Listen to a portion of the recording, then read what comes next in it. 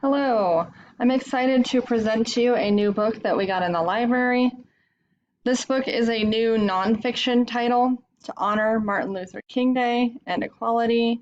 The book is called Gospel of Freedom by Jonathan Reeder. This book walks the reader through why Martin Luther King was in Birmingham and how he ended up in jail in 1963. Birmingham was considered the most segregated city, and Martin Luther King felt that if he could get through to Birmingham, they could solve segregation altogether. While in jail, he wrote his letter to Birmingham, and this is the story leading up to the I Have a Dream speech, the one we all know so well. I am going to share a quick video about it. It's a great nonfiction read. Here we go.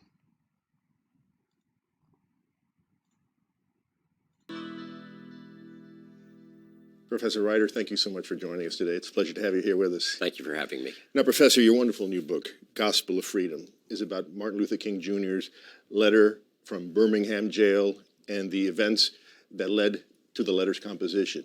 What was Martin Luther King doing in Birmingham in 1963, and what led him to write the letter?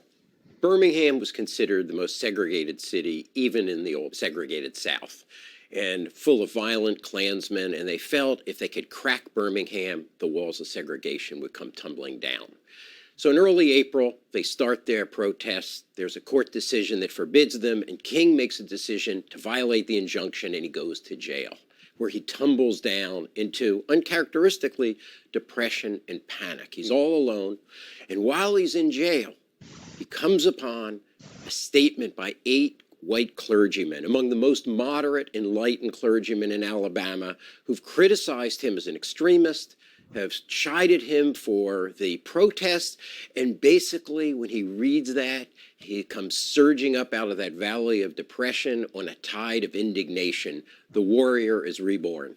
So what is it about the letter and about the events surrounding the letter, the Birmingham campaign, that merits a 50th anniversary book? Well, you know, in this country, we love to celebrate the anniversary of I Have a Dream. It makes us feel good, black and white children holding hands, striding off into the future.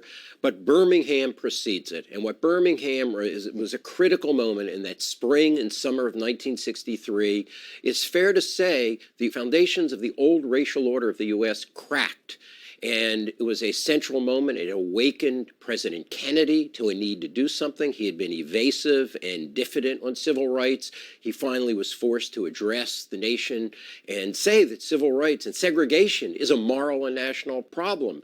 It set the momentum to the March on Washington and a set of important interracial demonstrations throughout the summer, and it put in motion the movement towards the Civil Rights Act of 1964. So you say the Birmingham campaign and the letter transformed the civil rights movement? It was a different movement after than before? You know, it didn't utterly transform it, but it was a critical movement. It was a transition that had effects on black people and white people more generally. And I think it's fair to say that in some critical sense, America was reborn or began to be reborn as a democratic nation in that period. And Okay, so we do have this book available. It's brand new in the library. We also have many other titles that are in regards to the civil rights movement if you'd like to come check them out.